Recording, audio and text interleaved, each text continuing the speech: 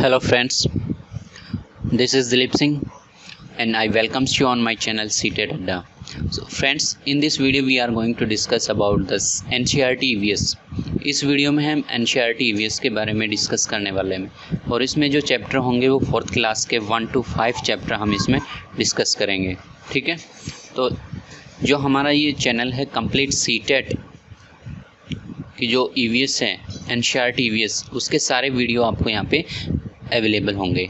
ठीक है, about my self छोटा सा ब्रीफ इंट्रोडक्शन मैं अपने बारे में देना चाहूँगा। I am a teacher with an experience of 8 years। मैं 2 बार CTET 105 मार्क्स के साथ क्लियर कर चुका हूँ, 2 बार HTET वो भी 105 मार्क्स के साथ में, और एक बार रीट और RTET दोनों 100 प्लस मार्क्स के साथ में क्लियर कर चुका हूँ। जो मेरा एक्सपीरियंस है वो मैं आपके साथ में शेयर करने वाला हूँ कि मैंने किस तरह से CTET वगैरह के जो नोट्स थे वो तैयार किए और वही नोट्स मैं आप लोगों के साथ में शेयर भी करूँगा। ठीक है, तो लेट्स स्टार्ट। और जो भी कंप्लीट CTET की जो EVS है, साइकोलॉजी है, हिंदी, इंग्लिश, मैथ, पेडागोजी, उनके लिए आप हमारे चैनल को फॉलो कर सकते हैं CTET अड्डा के नाम से। ठीक है, लेट्स स्टार्ट। तो ये हमारा जो NCERT EVS है 4th क्लास की वो है। ठीक है, और इसमें हम फर्स्ट से लेके 5 चैप्टर तक हम इसमें कवर करेंगे। ठीक है, तो जो बांस और रस्सी का जो पुल होता है वो कहाँ यूज़ किया जाता है? असम के अंदर। कि जब बच्चे स्कूल के अंदर जाते हैं तो वहाँ पे जो बारिश होती है तो वहाँ पे क्या बनाया जाता है? बांस और जो रस्सी होती है उससे एक पुल बनाया जाता है जिससे बच्चे स्कूल में जाते हैं। ठीक है, तो ये पॉइंट्स इंपॉर्टेंट पॉइंट है कि जो बांस और रस्सी का पुल है वो कहाँ पर यूज़ किया जाता है। नेक्स्ट, लद्दाख। जो लद्दाख होता है वहाँ पर पहाड़ी इलाका या फिर जो ये हमारे वाटर सोर्सेज हैं उनके ऊपर ट्रैवल करने के लिए हम किसका यूज़ करते हैं? ट्रॉली का। क्योंकि जो बच्चे होते हैं वो वाटर रिसोर्सेज को या फिर किसी चट्टान को क्रॉस नहीं कर सकते हैं, इसलिए वो किसका यूज़ करते हैं? ट्रॉली का। ट्रॉली क्या है? एक लकड़ी से बनी हुई एक झूला टाइप होती है जिसमें बच्चे बैठ के एक प्लेस से दूसरे जगह पे जा सकते हैं। ठीक है, इसके आगे हैं जो सीमेंट वाला पुल है। सीमेंट पुल कहाँ यूज़ किया जाता है? सीमेंट का पुल जो सामान्य क्षेत्र होते हैं या फिर जो अधिक पानी वाले क्षेत्र होते हैं वहाँ पर, जहाँ पे पानी के 2 जगह के बीच में पानी क्रॉस कर रहा होता है, तो उनको आपस में मैच करने के लिए, मिलाने के लिए हम किसका यूज़ करते हैं? पुल का यूज़ करते हैं, सीमेंट वाले पुल का यूज़ करते हैं, जहाँ पे इजीली जो हमारी ज़मीन है वो समतल होती है और वहाँ पे इजीली ब्रिज को या पुल को बनाया जा सकता है। ठीक है, तो उन जगह में हम किसका यूज़ करते हैं? सीमेंट वाले पुल का। ठीक है, उसके बाद आता है वल्लम। वल्लम क्या है? वल्लम एक तरह की नाव है जो कहाँ यूज़ की जाती है? केरल के अंदर यूज़ की जाती है। वो भी किस लिए यूज़ की जाती है? जो केरल के कुछ भाग हैं उसमें बच्चे पानी को क्रॉस करने के लिए या पानी को पार करने के लिए एक लकड़ी की नाव बनाते हैं जिसको क्या कहते हैं? वल्लम कहते हैं। ठीक है, तो ये इस तरह की एक नाव होती है जो बच्चे बैठ के अपने स्कूल को जाते हैं या फिर उस पानी को क्रॉस करते हैं। ठीक है, तो उसके बाद आती है एक फेरी। फेरी भी क्या है? फेरी भी एक नाव की तरह ही होती है जो केरल में यूज़ होती है। वो भी जो पानी वाले एरियाज़ होते हैं उनको क्रॉस करने के लिए वहाँ पे यूज़ की जाती है। ठीक है, नेक्स्ट है हमारे पास ऊँट गाड़ी। ऊँट गाड़ी हम कहाँ यूज़ करते हैं? ऊँट गाड़ी हम रेगिस्तान के अंदर ज़्यादा यूज़ करते हैं। ठीक है, जो राजस्थान होता है वहाँ पे हम ऊँट गाड़ी का यूज़ करते हैं, क्योंकि जो ऊँट होता है वो क्या होता है? रेगिस्तान का जहाज भी कहलाता है। ठीक है, तो यहाँ पे दूर दूर तक जो राजस्थान होता है वहाँ पे दूर दूर तक क्या होता है? रेत नज़र आता है और वहाँ पे ज़्यादा जो दूसरे पशु हैं वो काम नहीं दे सकते हैं, इसलिए वहाँ पे क्या यूज़ होता है? सिर्फ कैमल, क्योंकि वही वहाँ के वातावरण के अकॉर्डिंग ढला होता है। ठीक है, नेक्स्ट आता है बैलगाड़ी। तो बैलगाड़ी कहाँ पे होती है? बैलगाड़ी जो मैदानी इलाके होते हैं वहाँ पे यूज़ होती है। ठीक है, क्योंकि उबड़ खाबड़ वाले जगह होती है या फिर पानी वाली जगह होती है या फिर रेगिस्तान वाले जगह होते हैं वहाँ पे इनको यूज़ नहीं किया जा सकता है। ये सिर्फ मैदानी इलाकों में यूज़ की जा सकती है। ठीक है, उसके बाद आता है हमारे पास कि जो रास्ते होते हैं वो पहाड़ी मीन्स एरियाज होते हैं उनमें कैसे होते हैं? चट्टानी और आसमान होते हैं। मीन्स उबड़ खाबड़ वाले होते हैं। और ये इस तरह की जगह आपको कहाँ में देखने को मिलेगी, वो मिलेगी आपको उत्तराखंड के अंदर। ठीक है, कहाँ मिलेगी आपको, उत्तराखंड के अंदर देखने को मिलेंगे। और जो पक्षी होते हैं, पक्षी के सिर के ऊपर उनकी जो आँखें होती हैं और जो छेद होते हैं वो कान के रूप में काम करते हैं। और वो किससे ढके होते हैं, पंखों से ढके होते हैं। ठीक है, और ये हम कह सकते हैं कि जो कान होते हैं वो छेद के रूप में होते हैं और वो किससे ढके होते हैं, पंखों से होते हैं, जो हमें दिखाई नहीं देते हैं। ठीक है, और जो आँखें होती हैं वो कहाँ होती हैं, पक्षी के सिर के ऊपर होती हैं, दोनों तरफ होती हैं। ठीक है, छिपकली के जो कान हैं वो भी ऐसे ही होते हैं, वो भी हमें छेद के रूप में ही होते हैं लेकिन हमें दिखाई नहीं देते हैं ज़्यादा। ठीक है, मगरमच्छ के कान भी इसी तरह के होते हैं लेकिन हम उनको देख नहीं सकते हैं, वो भी छेद के रूप में ही रखते हैं। नेक्स्ट आता है कि जो जानवरों के ऊपर पैटर्न बना होता है वो किसके कारण होता है, वो होता है उनके बालों के कारण। ठीक है, किसके कारण होता है, उनके बालों के कारण। जैसे हम यहाँ पे देखें तो ये किसका है पैटर्न, ये एक डियर का है, हिरन का है। और जो ये वाला है ये किसका है, ये गिलहरी के ऊपर होता है ये पैटर्न। ठीक है, ये किसके ऊपर होता है, टाइगर के ऊपर। और ये किसके ऊपर होता है, चीता के ऊपर। और ये होता है जेब्रे का पैटर्न।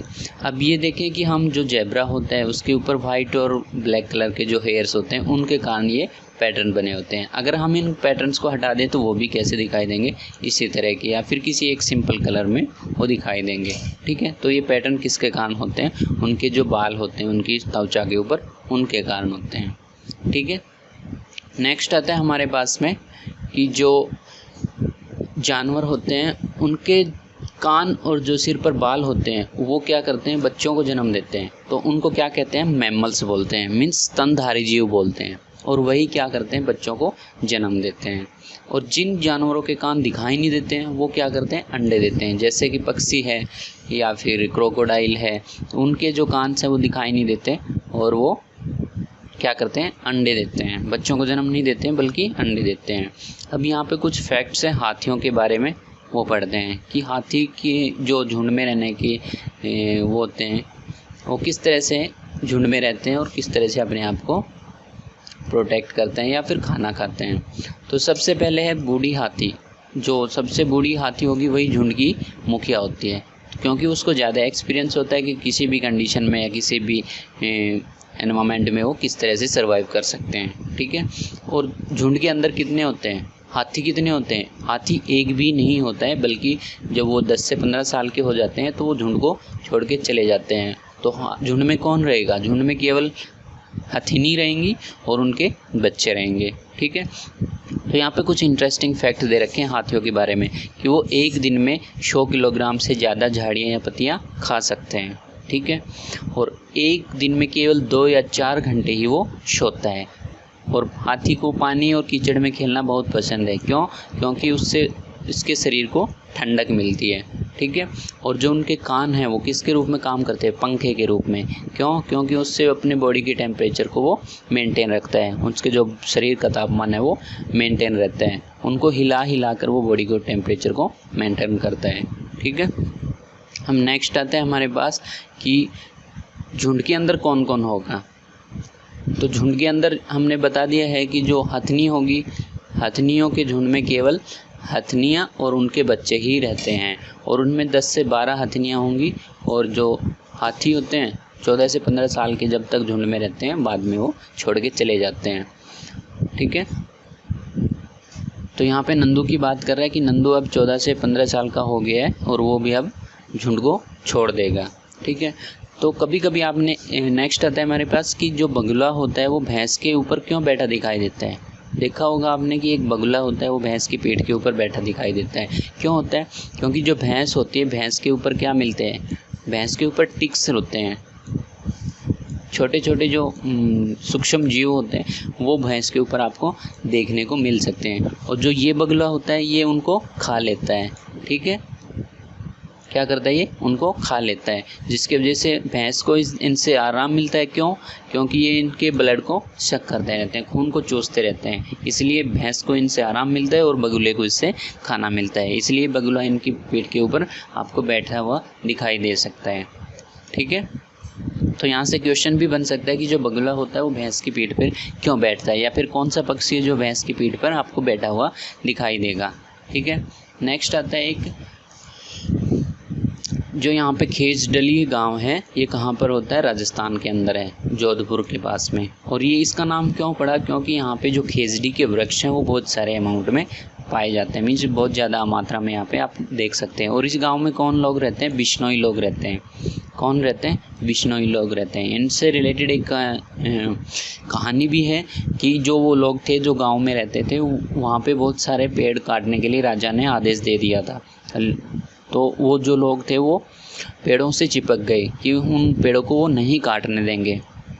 ठीक है, और जब राजा के लोग आए तो वहाँ पे उन्होंने उनको पेड़ों के साथ कम से कम 200-300 आदमियों के करीब उन्होंने उनको मार डाला। ठीक है, लेकिन जब राजा को ये बात पता चली तो राजा स्वयं वहाँ पे आए और उन्होंने लोगों का जो प्रेम था पौधों के प्रति वो देखा और वो उनसे बहुत ज़्यादा प्रभावित हुए और उन्होंने वहाँ पर उनको छोड़ दिया। ठीक है, तो ये जो बिश्नोई लोग थे उनसे रिलेटेड एक स्टोरी भी आती है चैप्टर के अंदर।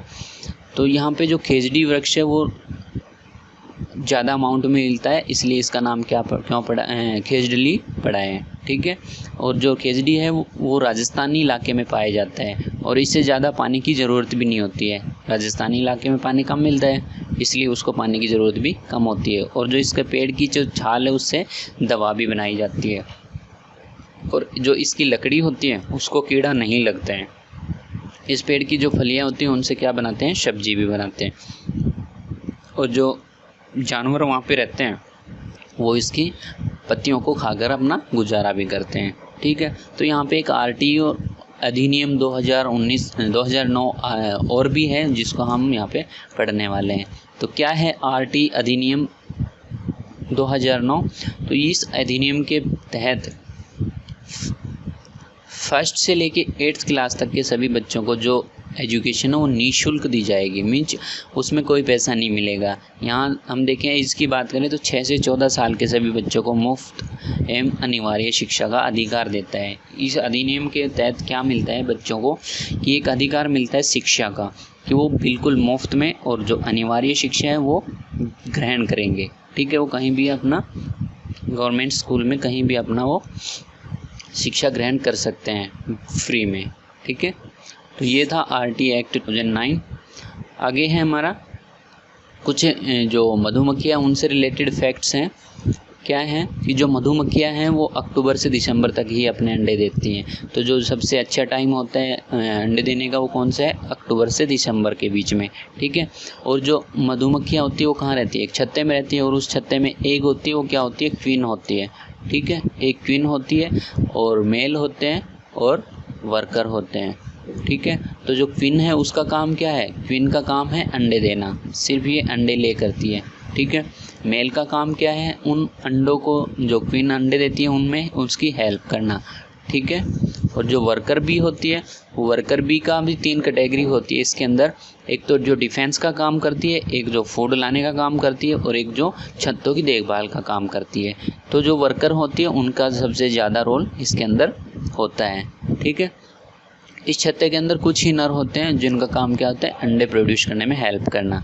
ठीक है, और जो श्रमिकों के रूप में नर मक्खियाँ को कोई भूमिका नहीं होती है। जो मेल होती है उनकी जो श्रमिकों के रूप में मीन्स वर्कर के रूप में कोई काम नहीं होता है, बल्कि वर्कर कैटेगरी अलग होती है। इनका काम सिर्फ कितना है कि ये अंडे देने में हेल्प करते हैं। ठीक है, तो फ्रेंड्स ये हमारा जो चैप्टर था NCERT का 1 to 5। नेक्स्ट वीडियो में हम 6 चैप्टर से आगे डिस्कस करेंगे। ठीक है, अगर आपको वीडियो अच्छा लगा हो तो इसको शेयर और सब्सक्राइब ज़रूर करें।